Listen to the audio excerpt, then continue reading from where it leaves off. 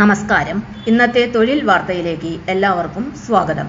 സർക്കാർ, PSC, private, സ്ഥിര നിയമനം, താൽക്കാലിക ജോലി തുടങ്ങി എല്ലാതരം നോട്ടിഫിക്കേഷനുകളും അപ്ലൈ ചെയ്യുവാനുള്ള എല്ലാ വിവരങ്ങളും അറിയാൻ വീഡിയോ സ്കിപ്പ് ചെയ്യാതെ മുഴുവനായും കാണൂ.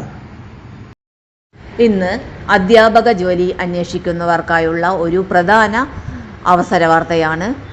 പെരിന്തൽമണ്ണ ഗവൺമെൻറ് പോളിടെക്നിക് കോളേജിൽ മാത്തമാറ്റിക്സ് അധ്യാപക ഒഴിവ് റിപ്പോർട്ട് ചെയ്തിട്ടുണ്ട്. ദിവസവേതന അടിസ്ഥാനത്തിൽ താൽക്കാലിക നിയമനമാണ്.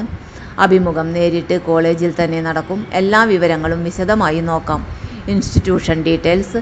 ഈ ഒഴിവ് നിലവിലുള്ളത് പെരിന്തൽമണ്ണ ഗവൺമെൻറ് പോളിടെക്നിക് കോളേജിലാണ്.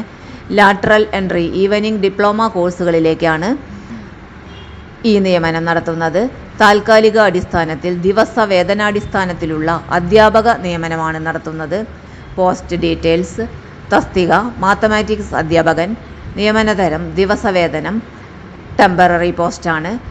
Course lateral entry evening diploma.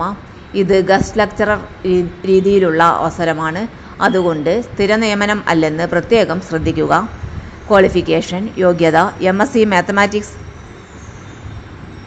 അല്ലെങ്കിൽ നെറ്റ് യോഗ്യത. മാത്തമാറ്റിക്സിൽ PG യോഗ്യത നിർബന്ധമാണ്.